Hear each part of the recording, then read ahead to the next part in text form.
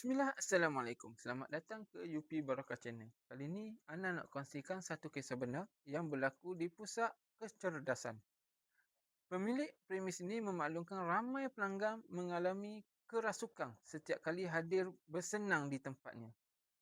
Pada awalnya disangka hasad dengki atau sihir. Namun apabila dilakukan scan dan siasatan, puncanya bukan daripada manusia. Gangguan ni datang daripada barang-barang lama yang dikutip di pantai yang hanyut di bawah ombak.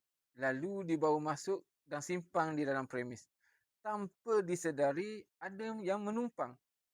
Apabila ruang ini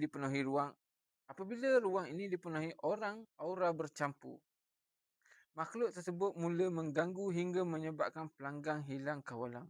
Alhamdulillah, proses pembersihan dan pemutusan telah pun dilakukan.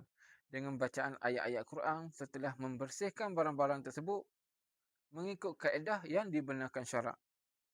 Pesanan Ana buat semua, berhati-hatilah membawa pulang barang-barang lama yang tidak diketahui asal-usulnya. Tidak semua yang kelihatan cantik itu selamat. Doa Ana untuk semua, Ya Allah, bersihkanlah rumah, premis dan tempat usaha kami daripada segala gangguan yang Engkau murkai dan lindungilah kami dengan kekuasaan-Mu.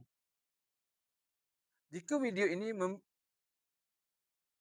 ini memberi manfaat dan peringatan, tekan like, kongsikan kepada keluarga, sahabat agar menjadi asbab perlindungan buat orang semua. Ikhtiar dengan ilmu, sembuh dengan izin Allah. Assalamualaikum.